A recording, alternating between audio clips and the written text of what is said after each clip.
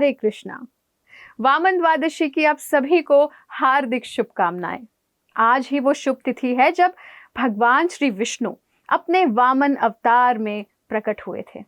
श्रीमद् भागवतम में वर्णन आता है कि तीनों लोकों के अद्वितीय स्वामी घोषित होने के पश्चात दैत्य राजा बलि महाराज ऋषि मुनियों के साथ अनेक बड़े बड़े यज्ञ कर रहे थे। तभी एक बटुक ब्राह्मण के रूप में वामन देव वहां पहुंचे और उनसे 3 पग भूमि मांगी। बलि महाराज के गुरु शुक्राचार्य ने बलि महाराज को सतर्क किया कि ये ब्राह्मण वास्तव में साक्षात श्री विष्णु हैं, जो आपकी संपूर्ण संपत्ति को हड़प लेंगे। शुक्राचार्य चिंतित थे कि यदि बलि महाराज का राजसी ऐश्वर्य समाप्त हो गया तो फिर राजगुरु से संबंधित सारी सुविधाएं और साधन भी समाप्त हो जाएंगे। लेकिन फिर भी बलि महाराज अपने प्रण पर डटे रहे। तभी भगवान वामन देव ने तत्काल अपना महाकाय रूप धारण किया, जिसके एक पग में सप्त पाताल, दूसरे पग में आकाश के साथ 7 लोकों को ले लिया। जब तीसरे पग को रखने का समय आया तो उन्होंने एक जगह मांगी, तो नम्रता पूर्वक बलि महाराज ने अपना मस्तक आगे कर दिया। बलि महाराज की ऐसी अनन्य प्रेम भक्ति, विनम्रता और समर्पण से प्रसन्न होकर वामन देव ने उन्हें इंद्रदेव से भी अधिक ऐश्वर्यशाली और श्रेष्ठ सुतल लोक प्रदान किया, जहां बलि महाराज आज भी राज सिंहासन पर बैठे हुए हैं और श्री वामन देव उनके द्वारपाल के रूप में उनकी सेवा कर रहे हैं। भगवान के वरदान के फलस्वरूप आने वाले मनवंतर में बलि महाराज को इंद्र का स्थान प्राप्त हुआ। भगवान और उनके भक्त के बीच के आदान प्रदान की इस सुंदर लीला से हमें कई शिक्षाएं मिलती हैं। वैसे तो बलि महाराज असुरों के राजा थे, लेकिन फिर भी वे भगवान के अनन्य भक्त थे। इससे हम समझ सकते हैं कि भक्ति पर किसी एक जाति या किसी एक कुल के लोगों की आधिपत्य नहीं होता। असुर कुल में ही जन्मे प्रहलाद महाराज, बलि महाराज, विभीषण भगवान के शुद्ध भक्त रह चुके हैं। भक्ति हृदय की अंतरतम अवस्था है, जिससे कोई भी व्यक्ति, चाहे वो वृद्ध हो, बच्चा हो, स्त्री हो या पुरुष हो, अपना सकता है और अपना जीवन सफल कर सकता है।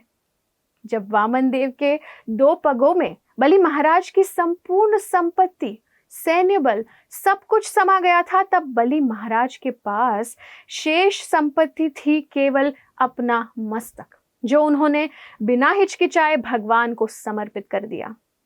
जो व्यक्ति पूरे ब्रह्मांड के सबसे धनवान और शक्तिशाली सम्राट के रूप में पूजा जा रहा था, वो दूसरे ही क्षण पूरी तरह से दरिद्र और परतंत्र बन गया था।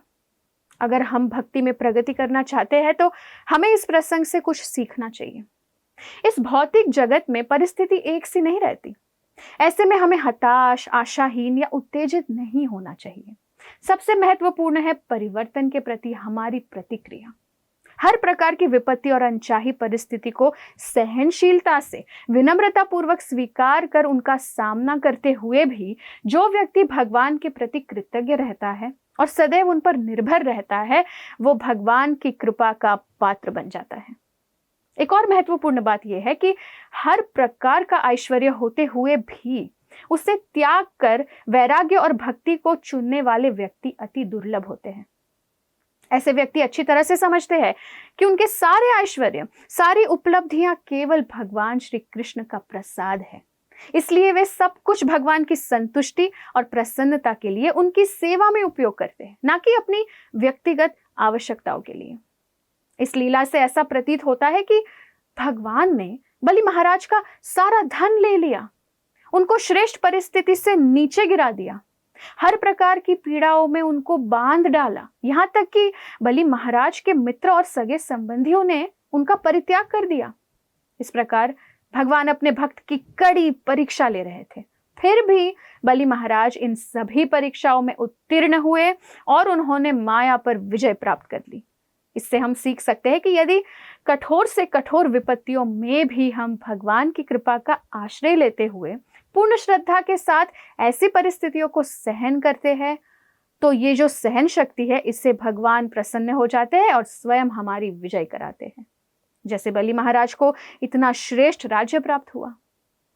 तो आइए वामन द्वादशी के पावन अवसर पर बलि महाराज जैसे महान वैष्णवों से उनकी कृपा की याचना करें, जिससे हम भगवान के प्रति शरणागत होकर उन्हें प्रसन्न कर सके।